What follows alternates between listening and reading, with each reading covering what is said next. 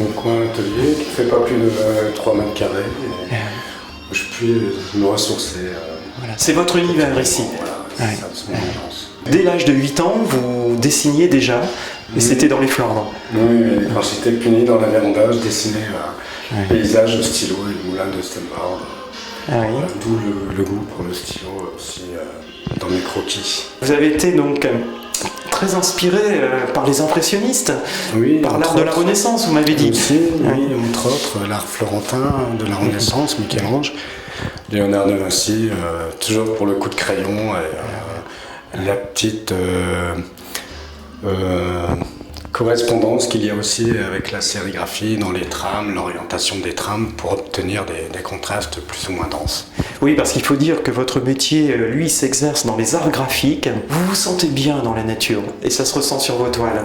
Oui, aussi, oui, parce que justement, les couleurs, elles sont plutôt merveilleuses à l'extérieur, je trouve, et en plein air. Bon, voilà, et c'est au hasard finalement de vos promenades comme ça, de vos balades, que vous avez découvert cette lumière qu'on connaît bien dans le parc de l'hôtel de ville de Ronques, et vous avez décidé de prendre des photos pour peindre le parc de l'hôtel de ville.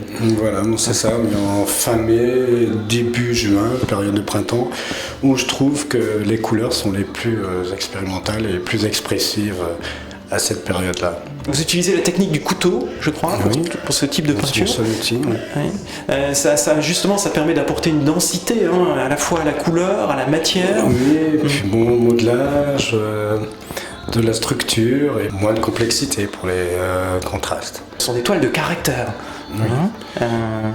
Un peu comme la nature, oui. La nature a son caractère, c'est peut-être pour ça que je l'ai représentée telle qu'elle me ressemble. Alors ces toiles, c'est ça qui est extraordinaire, elles ont maintenant une histoire, ou elles vont en avoir une, parce que vous avez décidé de les vendre aux enchères de façon désintéressée, c'est-à-dire que les profits de cette vente vont être reversés pour le développement de Sélinkeni, le village malien donc jumelé avec Ronques, et plus particulièrement pour les enfants de Sélinkeni. On sait qu'ils vivent